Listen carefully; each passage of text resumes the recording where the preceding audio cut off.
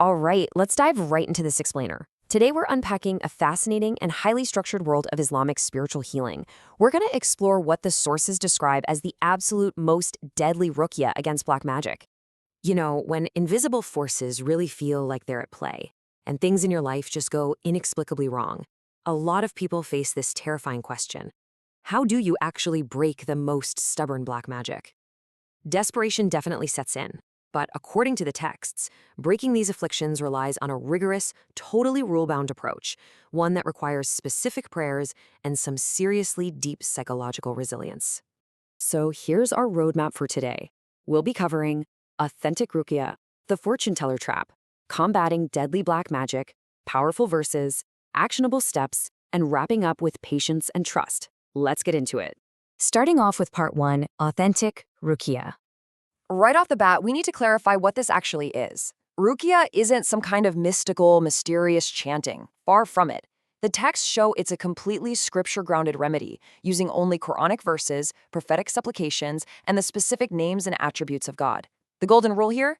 The believer has to have absolute, unwavering faith that the healing comes only from God.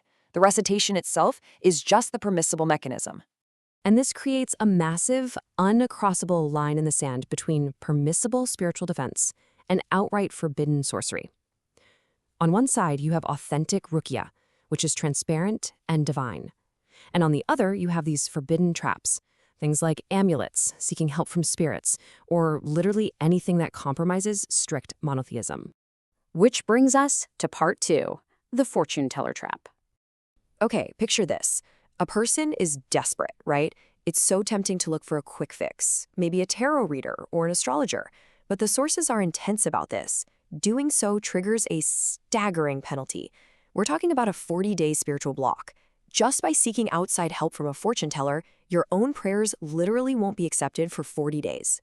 And wow, it actually goes deeper than that. The texts state that if a person actually believes what the fortune teller says, it equates to disbelieving in the Quran itself. Because these practitioners, they rely on fragmented lies mixed with total guesswork. It's a complete spiritual trap that you absolutely have to avoid. Let's move right along to part 3, combating deadly black magic. To really grasp how this spiritual defense works, the sources point to a famous historical event. Get this, even the Prophet Muhammad was targeted by an adversary. This person stole his hair and comb, tied them into magical knots, and hid the whole thing down a well. And it was in direct response to this very affliction that the chapters of Falaq and An-Nas were revealed, to dismantle that magic, knot by knot. It just goes to show that even the most pious can be tested. Now, what's genuinely fascinating here is that the Arabic supplications used against this stuff aren't just generic requests for healing. They are astonishingly specific. They systematically hunt down magic, whether it's been eaten, hidden in graves, blown into knots, or even crafted with animal bones. It's basically a comprehensive sweep to dismantle every conceivable unseen harm. All right, on to part 4, powerful verses. Listen to the tone of these prayers. These are definitely not passive requests. This is active, combative spiritual warfare. The prayers call to completely nullify every single magical node, whether it's buried under a threshold or thrown deep into the ocean. The goal is to turn the sorcerer's malicious plot right back onto themselves.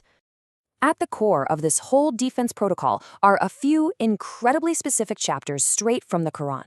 Chapters like Al-Fatiha, Ayatul Kursi, and the protective Qul chapters. According to the texts, these are the absolute required foundation. Think of them as the ultimate shield against both human and supernatural malice. Next up, part 5, actionable steps. So, how do you actually apply this in real life? Well, for severe cases, the text outlines some serious, intensive effort. We're talking about reciting surahs Falaq and Nas up to 300 times a day. Then you literally blow this recitation onto water, drink it, and even mix it into your bath water. It's that continuous daily repetition that eventually dismantles the affliction. And here is why this is such a game changer for you. You don't always need to go track down a professional healer. Self-ruqyah is an incredibly powerful and accessible tool.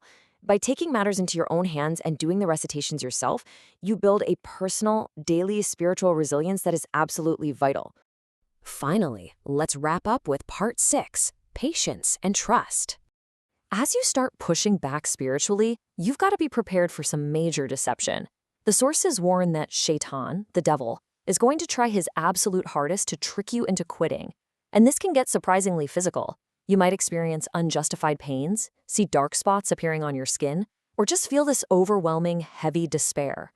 But remember, these are mere illusions, specifically designed to make you panic. So, abandoning your defense because you feel hopeless? That is exactly what the enemy desires. In fact, feeling temporarily worse can actually be a strong sign that the Ruqyah is working.